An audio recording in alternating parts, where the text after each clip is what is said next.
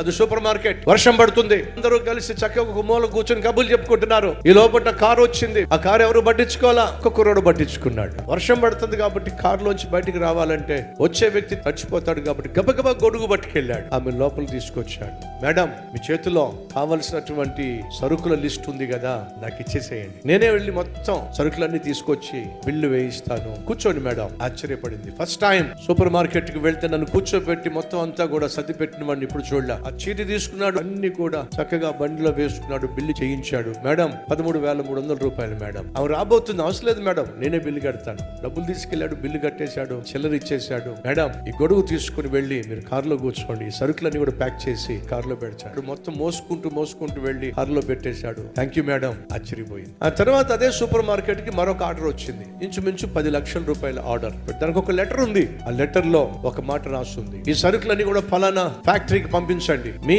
Shop లో పనిచేస్తున్నటువంటి రమేష్ అనేటటువంటి ఆ వ్యక్తితో మాత్రమే పంపించండి. అంతేకాదు ఆ కుర్రవాడిని ఇక మీదట నా కంపెనీలో నేను జాయిన్ చేయించుకుంటాను. అతను నా దగ్గరే పనిచేస్తాడు. అది మీకు ఇష్టమైతేనే నా సరుకులు పంపించండి, లేకపోతే మీ సరుకులు అవసరం లేదు. 10 లక్షల రూపాయల ఆర్డర్ ని ఈ 10,000 రూపాయల కుర్రోడు కోసం ఎందుకు పోగొట్టుకుంటానని చెప్పేసి వెంటనే సరుకులన్నీ ప్యాక్ చేయించేశాడు. ట్రక్ తెప్పించేశాడు. సరుకులన్నీ ఆ కుర్రోడిని ఇచ్చి సప్లై చేసి పంపించేశాడు. ఇచ్చిన అడ్రస్ అంతా వెతుక్కుంటూ వెళ్ళాడు. మేడం పేరు ఉంది. ఆ మేడం చూడడానికి వెళ్తే ఆ మేడం ఎవరో కాదు, ఆ ఫ్యాక్టరీ మొత్తానికి మేనేజింగ్ డైరెక్టర్. మేడం, మీరు సరుకులు కావాలని అడిగారట, నేనే పట్టు రావాలని చెప్పి ఆశించారట. అవును బాబు, నన్ను గుర్తుపట్టావా? మేడం, ఆ రోజు మీరు వర్షంలో వచ్చారే, ఆమెనే నేను. చాలా సంతోషం మేడం, మళ్ళీ మిమ్మల్ని చూడడం. చెప్పండి మేడం, ఏ పని ఇచ్చినా నేను చేస్తాను మేడం. అందుకేగా నేను కావాలని కోరుకుంది. రా, నువ్వు ఏ ఉద్యోగం చేయాలో చెప్తా. అలాగే మేడం. నడుచుకుంటూ పక్కన క్యాబిన్ కి వెళ్ళింది. పేరుంది అక్కడ, mister Ramesh, general manager of the company.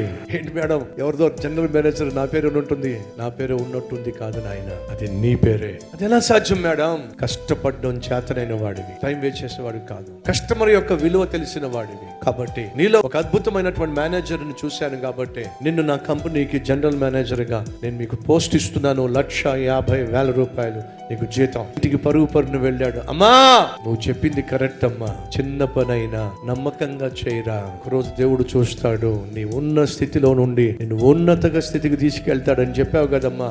అదే జరిగిందమ్మా. ఆ తల్లి చెప్పింది. బైబుల్ సెలవిస్తుందిరా, నీ చేతికి ఇవ్వబడిన పని శక్తి వంచన లేకుండా చెయ్యి. తగిన సమయంలో దేవుడు నిన్ను హెచ్చిస్తాడు. నువ్వు అనుకున్నది జరగలేదని, అనుకోనివన్నీ జరిగిపోతున్నాయని నిరుత్సాహపడి నిరసించిపోయి నీ చేతిలో ఉన్నటువంటి పనిని నిర్లక్ష్యం చేస్తే ఇంకా పాడైపోతావు, ఉన్నది పోగొట్టుకుంటావు.